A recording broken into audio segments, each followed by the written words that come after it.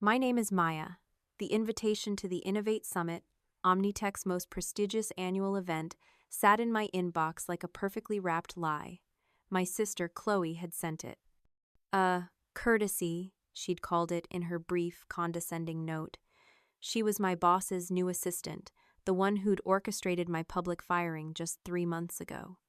She thought I was gone, vanished, a problem neatly disposed of. She thought I was broken. She didn't know I was just waiting for the right moment, the right stage, the right audience, waiting for the lights to go out. For 5 years, I poured my soul into Omnitech. I wasn't just an employee, I was the lead software engineer on Project Ether, the company's moonshot, a revolutionary predictive analytics engine that was set to be my masterpiece. The hum of the servers was the soundtrack to my life, the scent of stale coffee and whiteboard markers my perfume. I lived and breathed the elegant logic of my own code. I was passionate, I was respected, and I see now, incredibly naive. My mistake was love. My mistake was thinking that blood was thicker than ambition. When my younger sister, Chloe, graduated with a business degree and a mountain of debt, I was the one who convinced our CEO, the arrogant and notoriously impatient Mr. Seven Davies, to hire her as his executive assistant. I thought I was giving her a hand up.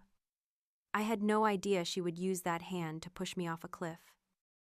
The sabotage was a masterclass in subtlety, a death by 1,000 paper cuts. A crucial data log for Ether would be accidentally corrupted the night before a major review, forcing me to scramble and look unprepared. A critical email detailing a potential security flaw, sent by me directly to Mr. Davies, would be lost in his spam filter. A budget report I submitted would be mysteriously altered before it reached the finance department, making my team look inefficient and over budget. Each incident was a small, sharp pinprick, and Chloe was always there, her face a mask of wide-eyed concern, offering her help, her support. "Oh, Maya, that's terrible," she would say, her voice dripping with fake sympathy. "Let me see if I can smooth things over with Mr. Davies for you." She was a viper I had not only welcomed into my garden but had personally planted next to the most vulnerable flowers. She was positioning herself as the calm, efficient problem solver, the one who could manage the brilliant but supposedly chaotic lead engineer, me. The final act of her betrayal was swift and brutal. I was summoned to Mr. Davies's office on a Tuesday afternoon. The air in the room was cold, sterile.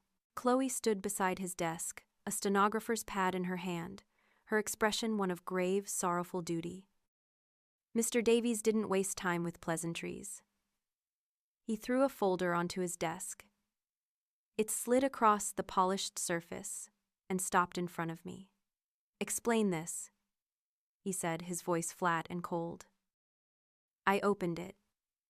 Inside were printouts of system logs, data transfer reports, all showing a massive, catastrophic data breach on the Ether project. Proprietary code, client data, everything. And all of it, according to the documents in front of me, had been traced back to my terminal, my access codes. I don't understand," I stammered, my mind reeling. "This is impossible. These logs, they're not right. They've been altered." "Your negligence caused a catastrophic breach, Maya," Mr. Davies said, his voice rising with a performative rage. I now realize Chloe had been stoking for weeks. "Your carelessness has put this entire company at risk. You're terminated, effective immediately."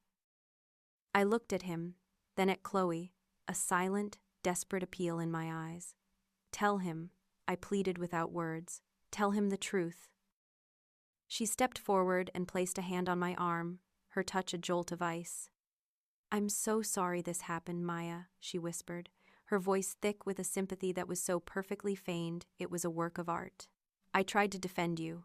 I told him you would never be so reckless." I flinched away from her touch, as if I'd been burned. And in that moment, as I saw the flicker of pure, triumphant malice in her eyes, before she veiled it again with sorrow, I knew it was her. It had always been her. She had framed me. she had destroyed me. And now she was pretending to be my savior. The betrayal was so absolute, so profound. It was like the world had cracked open beneath me. For weeks, I was numb. I was a ghost in my own life, haunting the rooms of my small apartment, the silence a constant, screaming reminder of what I had lost.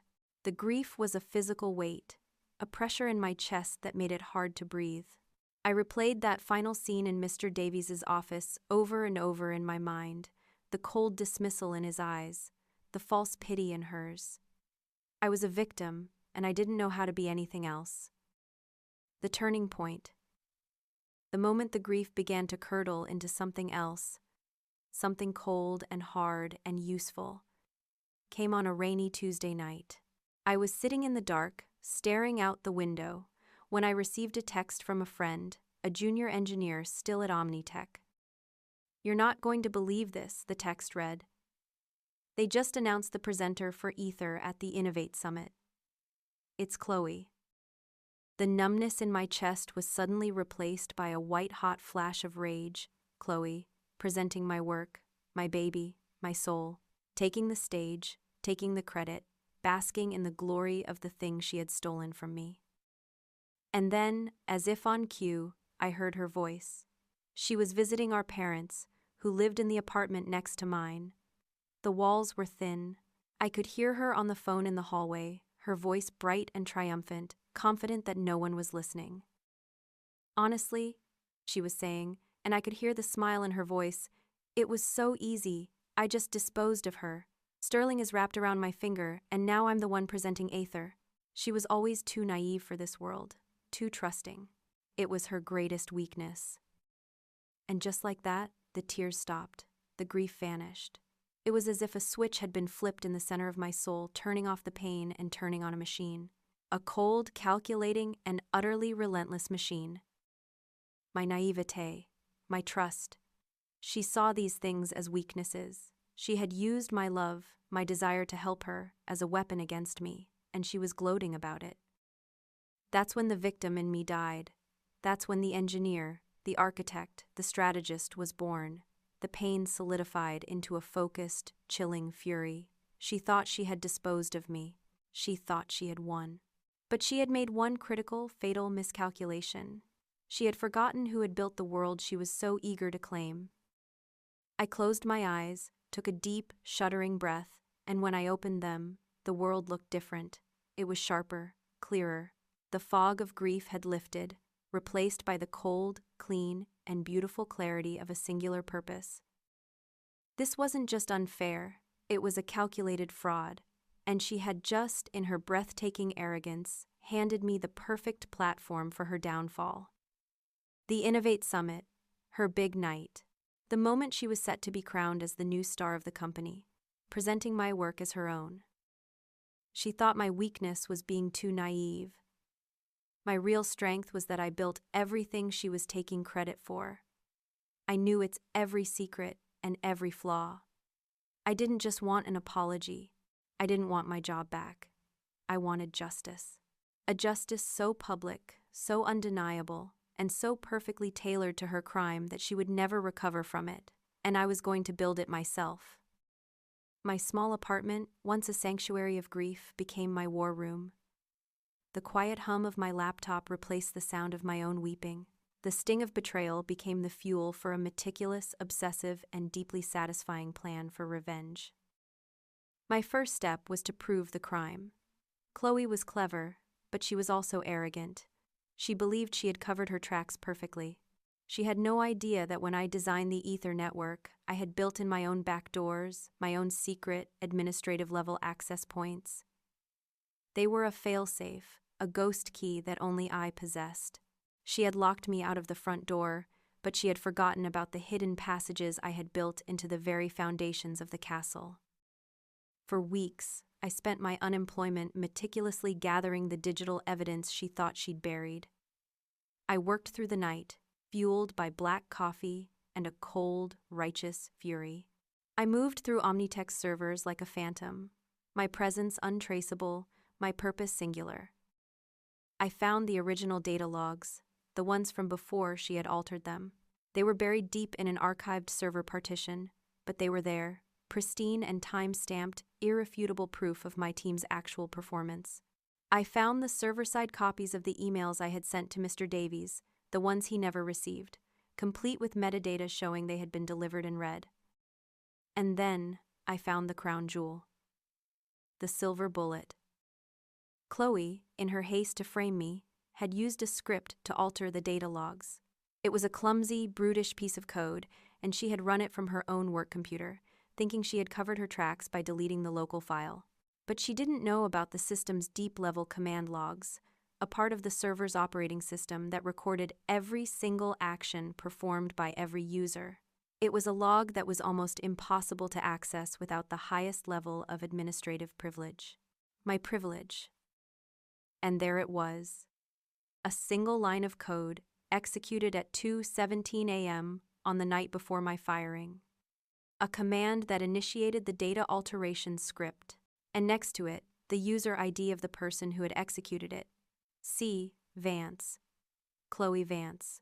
My sister. I saved a copy of the log. I packaged it all together, the original data, the altered data, the emails, the command log. A neat, tidy, and utterly devastating digital dossier of her crime.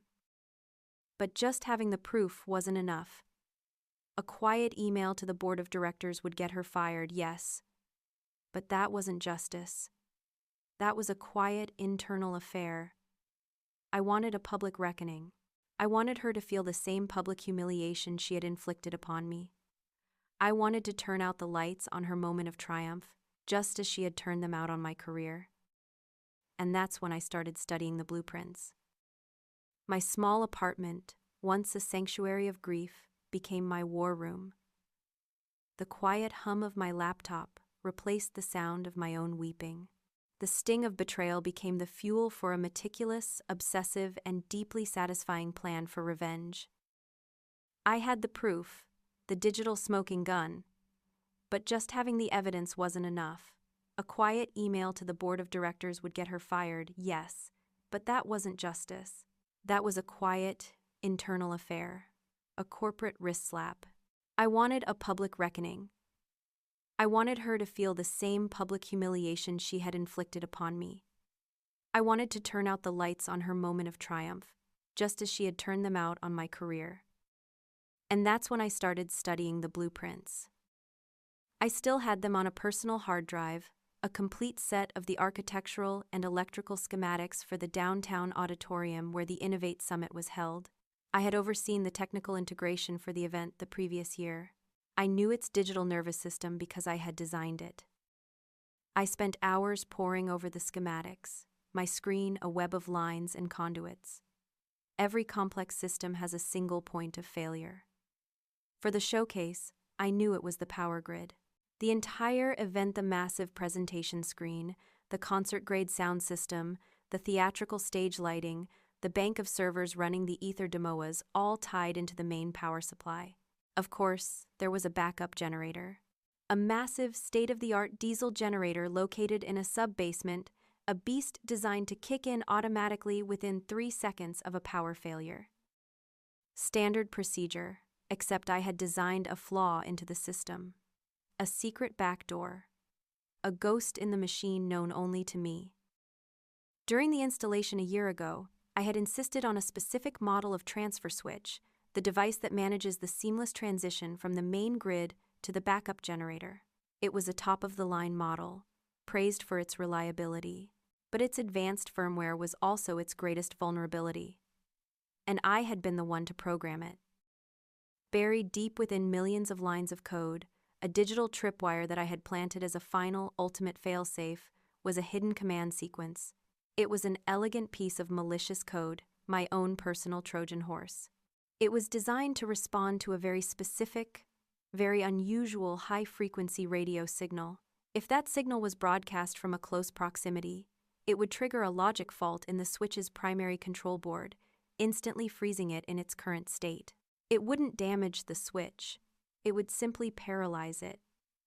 The generator would never get the command to activate. A power outage wouldn't be a 3-second inconvenience. It would be a complete, catastrophic, and prolonged blackout. Now, I just needed a way to broadcast that signal. My life became a strange double existence. By day, I was a ghost in the job market, taking on odd freelance coding projects to make ends meet, repairing electronics for neighbors to keep my hands busy. It was humbling, frustrating work, but it paid the bills and, more importantly, it gave me access to the components I needed without raising suspicion. By night, my garage, which had once been filled with dusty boxes and forgotten hobbies, became a laboratory. I spent my meager savings on oscilloscopes, frequency generators, and high-gain antennas. I sat at my workbench, a soldering iron in my hand, the acrid smell of burning flux filling the air, and I began to build my weapon. It was a small, elegant device designed to fit in the palm of my hand, concealed within the shell of a generic power bank. It was a custom-built, variable high-frequency transmitter, calibrated to the exact frequency that would speak to the ghost in the machine I had created. It was my masterpiece of revenge, a perfect fusion of my technical knowledge and my burning, righteous anger. While I was building the hardware, I was also preparing the software, the payload, the evidence that would be delivered in the darkness. I still had the recording of Chloe's phone call. I had activated the voice recorder on my phone as soon as I realized what she was saying, my fingers moving with a cold, clear purpose even as my heart was shattering. Her voice, clear and cruel, gloating about her betrayal, was my silver bullet. I edited the audio with the precision of a sound engineer, cleaning it up, isolating the most damning phrases, layering it with a faint, ominous hum. Honestly, it was so easy. I just disposed of her. She was always too naive for this world. I packaged it all together into a short, devastating video file. It would start silently, with the evidence displayed in stark, undeniable black and white, the side-by-side comparison of the original data logs and her clumsy forgeries, the server-side copies of the emails she had lost, the screenshot of the deep-level command log showing her user ID executing the script that had framed me. And then, after the silent proof had laid the foundation, the screen would go black, and Chloe's own voice would become the star of the show, her confession echoing in the darkness. The plan was complete, the weapon was built, the ammunition was prepared. On a calendar on my wall, a single date was circled in red. The Innovate Summit, Chloe's big night, her coronation. Or, as I preferred to think of it, the grand public unveiling of her own destruction. The invitation arrived in my inbox 2 weeks before the event. It was from Chloe. The subject line was simply, "Thinking of you." The email itself was a masterpiece of condescending passive-aggressive cruelty. "Himaya? I know things have been difficult for you lately, and I wanted to reach out. I've managed to secure a complimentary pass for you to the Innovate Summit. It's a sold-out event, but I pulled a few strings. I thought it might be good for you to see what we've been working on with Ether. Maybe it will give you some closure or even some inspiration for your next career move. No pressure, of course, but I wanted to extend the olive branch. Hope you're doing okay, Chloe." An olive branch. She was offering me an olive branch after she had burned down the entire forest of my life. She wasn't trying to be kind. She was gloating. She was inviting me to my own funeral, to witness her triumph on the very stage that should have been mine. She wanted me there, in the audience, a defeated, forgotten figure, watching her shine. It was a final, arrogant twist of the knife. I stared at the email, at her saccharine, poisonous words, and a slow, cold smile spread across my face. "Oh, Chloe," I thought, "you have no idea how right you are. I wouldn't miss it for the world." I didn't reply to her email. I let her wonder. I let her think I was too broken, too ashamed to even respond. Let her believe she had won so completely that I had simply vanished. My silence, I knew, would be more satisfying to her than any angry response. The final days before the summit were a study in calm, focused preparation. I tested my device a dozen times, ensuring its frequency was perfectly calibrated. I uploaded my evidence package to a secure, anonymous cloud server, creating a simple, timed execution script that could be triggered remotely. I bought my ticket through the third-party tech meetup, ensuring my name would not be on any official guest list. The night before the event, I laid out my outfit: a simple, dark, unremarkable dress, a pair of comfortable, quiet shoes, and a small, elegant clutch bag, just big enough to hold my phone, my keys, and my beautiful, terrible little device. I looked at my reflection in the mirror. The woman looking back at me was not the same person who had been fired 3 months ago. The heartbroken, naive, trusting woman was gone. In her place was someone colder, harder, and infinitely more dangerous. My grief had not broken me, it had forged me into a weapon. Chloe thought she was the star of the show. She had no idea she was just a character in a play I had written. And tomorrow night, the curtain was going up on the final act. The night of the Innovate Summit was a spectacle of corporate self-congratulation. The downtown auditorium, a cavernous space of steel and glass, was buzzing with the energy of 1,000 egos packed into one room. Investors in expensive suits, tech journalists with hungry, cynical eyes, and industry rivals, all gathered to witness the future. Or so they were told. The air was thick with the scent of money, ambition, and the faint, cloying aroma of catered canapés. I moved through the crowd like a ghost. I wore a simple dark dress, my hair pulled back, my face obscured by large, nondescript glasses. I was anonymous, invisible, a nobody. It was the perfect disguise. I was a phantom in the machine, and no one even knew I was there. I had secured a ticket through a third-party tech meetup group, a single, general admission pass that got me in the door and allowed me to melt into the standing room only section at the very back of the massive hall. It was dark back there, a sea of shadows, a perfect place for an architect to watch her demolition. In my hand, I clutched a small, discreet clutch bag. Inside, nestled amongst my keys and a tube of lipstick, was the device. My masterpiece of revenge. It was cool and smooth to the touch, its small, single button a promise of the chaos to come. From my vantage point, I had a clear view of the stage, a brightly lit island in the sea of darkness, and on that stage, moving through the pre-show schmoozing, was my sister. Chloe was in her element. She was wearing a stunning, blood-red dress that clung to her like a second skin. She was a vision of corporate power, a predator in her prime. She moved through the crowd of investors and executives with a practiced, easy grace, her laughter bright and tinkling, her hand resting for a moment too long on the arm of a powerful CEO. She was playing the part of the brilliant, visionary creator to perfection. And beside her, beaming like a proud father, was Mr. Davies. He was her champion, her sponsor.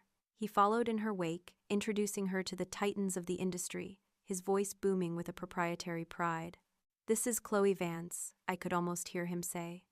"My new star, the mind behind Ether. She's going to change the world." I watched them, my heart a cold, steady beat in my chest. I felt no pain, no jealousy. The grief had been burned out of me long ago. All that was left was a kind of clinical, detached fascination. I was a scientist observing two particularly loathsome specimens right before introducing a fatal pathogen into their ecosystem. They were so confident, so utterly, blissfully unaware of the abyss that was about to open up beneath their feet. They thought this night was their coronation. They had no idea it was their execution. The house lights dimmed. A hush fell over the crowd. A slick corporate video began to play on the massive screen that dominated the stage, a montage of smiling, diverse faces and soaring, inspirational music. It was a testament to the innovative spirit of Omnitech, a company that, I knew, had just devoured one of its own. Then, Mr. Davies took the stage to a wave of polite, expectant applause. He strode to the podium, his face alight with a smug, self-satisfied triumph. "Good evening, everyone," he began, his voice booming through the state-of-the-art sound system. "Welcome to the Innovate Summit. Tonight, we are not just here to talk about the future, we are here to unveil it." He spoke for 10 minutes, a long, rambling speech filled with corporate jargon and empty platitudes about synergy, disruption, and paradigm shifts. He was the warm-up act, the hype man for the main event, for his star. "But you're not here to listen to me," he said, a self-deprecating chuckle that fooled no one. "You are here to witness a revolution in artificial intelligence, a project that will redefine what is possible in predictive analytics. A project I have been proud to champion." He paused, his gaze sweeping the room. "Ladies and gentlemen, it is my profound honor to introduce you to the brilliant mind behind Project Ether, the new star of Omnitech, my protégé, Chloe Vance." End of Chloe Vance. The applause was thunderous. The spotlight swirled, landing on my sister as she walked onto the stage from the wings. She was smiling, a radiant 1,000-watt smile that lit up the entire auditorium. She shook Mr. Davies's hand, gave him a small, grateful hug, and then turned to face the audience, her adoring public. She owned that stage. I had to give her that. She was a natural performer. She spoke with a passion and an eloquence that was utterly convincing. She talked about the genesis of the Ether project, weaving a beautiful, fictional tale of a sudden, brilliant insight she'd had late one night. She spoke of the challenges she had overcome, the doubters she had proven wrong. She was telling my story, but she had seamlessly, skillfully written me out of it. Behind her, on the massive screen, my work began to unfold, my user interface design, my data visualizations, the elegant, intuitive flow of the software I had spent years perfecting. She moved through the presentation with a practiced ease, but I could see the subtle flaws in her understanding. She was like someone reading a beautiful piece of poetry in a language they didn't truly speak. She knew the words, but she didn't understand the music. She described the functions of the AI, but she couldn't explain the deep, foundational logic that made it work. I stood in the darkness at the back of the hall, my hand resting on my clutch bag. I felt a profound, chilling sense of calm. This was not a crime of passion. This was a premeditated, strategic act of justice. She had stolen my work, my reputation, my life, and I was about to take it all back. With interest. Chloe was reaching the crescendo of her presentation, the grand finale, the live demonstration. "And now," she said, her voice ringing with a triumphant, theatrical flair, "I'm going to give you a small glimpse of the power of Ether. I'm going to run a live predictive analysis using real-time market data." On the screen behind her, a complex interface appeared, an interface I knew better than I knew my own face. She began to input the parameters, her fingers dancing across a keyboard on the podium. "Ether," she declared, her voice full of a pride that was not her own, "is not just a tool. It is the future of intelligence itself. And now, I present to you that future. I present to you, Ether." She pressed the final key, the command to execute the live demo. This was the moment, the peak of her triumph, the absolute zenith of her stolen glory. I slipped my hand into my clutch bag, my fingers closed around the small, cool, elegant device I had built. My thumb found the single, smooth button. In the back of the auditorium, in the darkness where no one could see me, I smiled. It was not a happy smile. It was a cold, sharp, and deeply, deeply satisfied smile. The smile of a ghost who had come back to haunt the living. Her finger pressed the final key on the podium. My thumb, cool and steady, pressed the single smooth button on the device in my clutch bag. Checkmate. The effect was instantaneous and absolute. One moment, the auditorium was a symphony of light and sound, the soaring music, the brilliant spotlights, the massive, glowing screen displaying the elegant interface of my life's work. The next moment, there was nothing. A profound, suffocating darkness swallowed the entire hall. The booming sound system cut out with a sharp, electronic pop, plunging the room into a silence so deep it was a physical pressure against my eardrums.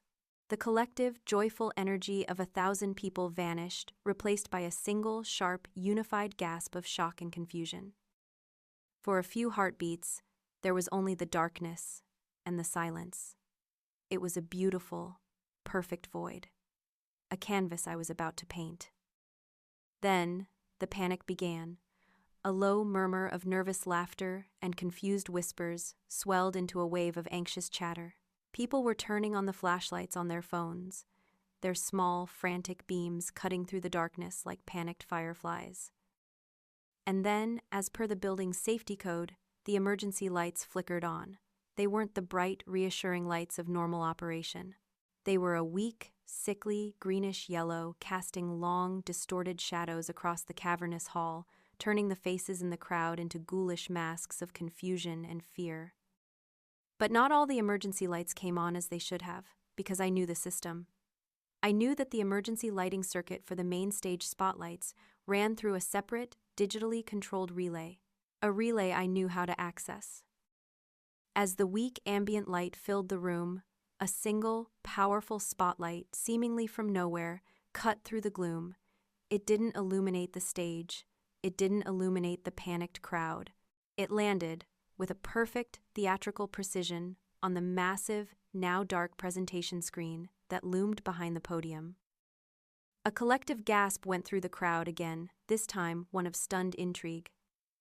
The panic subsided, replaced by a tense, expectant silence. They thought this was part of the show, a dramatic, planned blackout to heighten the tension before the big reveal. In a way, they were right. It was a big reveal, just not the one they were expecting. On the stage, I could just make out Chloe's silhouette, a frozen figure in the dim light. She was still standing at the podium, her hand outstretched, her pose of triumph now looking like one of utter, helpless confusion. And then, on the massive screen, illuminated by my single vengeful spotlight, my presentation began. It started silently. The first image to appear was a high-resolution scan of an email. An email from me to Mr. Davies, dated 6 months ago. The subject line was, Aether Project, Milestone 3 Completion. The body of the email detailed the successful integration of the core predictive algorithm, and at the bottom, clearly visible, was the digital receipt, showing that the email had been opened, had been read on Mr. Davies's computer. The email he claimed he never received. Before the audience could fully process what they were seeing, the slide changed. Another email. This one detailing the security protocols I had designed, the very protocols that had been breached, and then another, and another. A relentless, undeniable, time-stamped digital record of my work, my leadership, my creation. A silent, damning testament to the lie that had been told from that very stage just minutes before. The murmuring in the hall started again, but this time it was different. It was not the sound of confusion, it was the sound of dawning realization, of suspicion, of a good story turning sour. I could see Chloe on the stage, a frantic, panicked silhouette. She was gesturing wildly to someone in the wings, a technician, anyone, begging them to fix this, to stop this. But they couldn't. I had locked them out of their own system. The show was mine now. Then, the final slide of the silent presentation appeared. It was a simple, stark, white text on a black background. Aether was my creation, but the story of its theft is best told by the thief herself. The screen went black, and in the profound, absolute darkness and silence of that massive hall, a single, clear voice filled the air. Chloe's voice. My audio recording began to play through the auditorium's powerful sound system. Her voice, my silver bullet, was crisp, clear, and utterly, damnably, her own. Honestly, her voice echoed, a cruel, triumphant ghost in the machine. It was so easy. I just disposed of her. Sterling is wrapped around my finger, and now I'm the one presenting Aether at the showcase. He thinks it was my idea all along. A wave of shock, so profound it was a physical force, rolled through the audience. I heard gasps, shouts of, "No way," and the sharp, angry hiss of 1,000 people whispering at once. On the stage, Chloe made a sound, a small, strangled animal sound of pure horror. She stumbled back from the podium, her hands flying to her mouth as if to physically stop the sound of her own voice, her own betrayal, from filling the air. But the recording continued, relentless, merciless. She was always too naive for this world, too trusting. It was her greatest weakness. I looked at Mr. Davies, who was standing near the edge of the stage, his face illuminated by the faint glow from the emergency exit signs. His face, which had been a mask of smug pride, had drained of all color. He was staring at Chloe, his mouth agape, his expression shifting from confusion to disbelief, and finally to a look of pure, murderous fury. He understood. He understood that he had not just been lied to, he had been played. He had been made a fool of, a pawn in my sister's petty, ambitious game, and his own negligence, his own arrogance, had allowed it to happen. The audio recording ended, and a new silence fell upon the room. A heavy, ringing, judgmental silence. It was the silence of 1,000 people holding their breath, waiting for the fallout. Chloe stood frozen on the stage, a statue of her own self-destruction, bathed in the sickly green emergency light. Her big night, her coronation. It had become her public execution, and I had been the one to build the gallows, to tie the noose, and to spring the trap. In the darkness at the back of the hall, I felt a profound, quiet, and deeply satisfying sense of completion. The scales had been balanced, the debt had been paid. My ghost had finally, truly, come back to haunt them. In the heavy, ringing, judgmental silence that followed the end of the recording, I stepped out from the shadows at the back of the hall. The weak emergency lights caught the edges of my form, turning me from an unseen ghost into a physical presence, a specter at the scene of the crime. And I spoke. My voice, calm and clear, needed no microphone in the profound, dead quiet. It echoed through the hall, a final, simple epitaph for their careers. "That's the real InnovateX innovation, isn't it, Chloe?" I said, my words cutting through the silence, each one a perfectly aimed dart, built on lies, fueled by betrayal. 1,000 heads turned as one, a sea of shocked faces swiveling to find the source of the voice. They saw me, a lone figure standing in the dim light, and a new wave of understanding, of awe, rippled through the crowd. The architect of this destruction was here. On the stage, Chloe finally crumpled. The last of her strength, her defiance, seemed to evaporate, and she sank to the floor, a heap of blood-red silk and ruined ambition. Her sobs now, the loud, ugly, gasping sounds of utter defeat. Mr. Davies, his face a mask of apoplectic fury, was screaming into his phone, his words lost in the rising din of the crowd. The chaos erupted then. People were standing, shouting, pointing. The flashes of 100 cell phone cameras began to strobe through the darkness, a constellation of digital witnesses capturing the beautiful, glorious downfall. Security guards, their faces grim and confused, were moving towards the stage, towards the weeping, broken figure of my sister. I didn't stay to watch the rest. I had seen enough. My work was done. I turned my back on the chaos, on the wreckage of their lives, and I walked out of that auditorium. I didn't run. I walked with a calm, steady, deliberate pace. I walked out of the darkness and into the cool, clean air of the city night. The sound of the sirens beginning to wail in the distance was the sweetest music I had ever heard. It was the sound of justice. The fallout was not just swift, it was biblical. The InnovateX Tech Showcase became a legend of corporate implosion, a story told in hushed, gleeful tones by our competitors for years to come. The videos, the ones taken by the audience on their phones, went viral. Innovate Explosion was trending on Twitter for 3 days. Chloe was, of course, fired. But it didn't end there. The data breach she had fabricated to frame me was a serious crime. When the full story came out, when the board realized the extent of her malicious sabotage and corporate espionage, they pressed charges. My sister? the ambitious, brilliant star, was arrested. Her mugshot, a far cry from her glossy corporate headshot, became the new face of her legacy. Mr. Davies's fate was less criminal, but no less devastating. He was forced to issue a humiliating public apology. The board of directors, facing a shareholder revolt and a stock price that was plummeting like a stone, demanded his immediate resignation. He, who had so arrogantly and dismissively fired me, was now the subject of his own ignominious, clean out your desk moment. His career, built on a foundation of bluster and bullying, was over. And me? I was a ghost. My name was never officially mentioned in any of the press releases or news reports. But the industry knew. The right people knew. They knew who had built Ether. They knew who had been wronged. And they knew who had possessed the quiet, terrifying brilliance to orchestrate such a perfect public takedown. I was inundated with offers. Not just for jobs, but for partnerships, for consulting roles, for a seat at tables I had never even dreamed of. The very companies that had been our biggest rivals were now trying to hire me, not just for my skills as an engineer, but for my mind as a strategist. I turned them all down. I didn't want my old job back. I didn't want to return to the world that had so casually, so cruelly cast me out.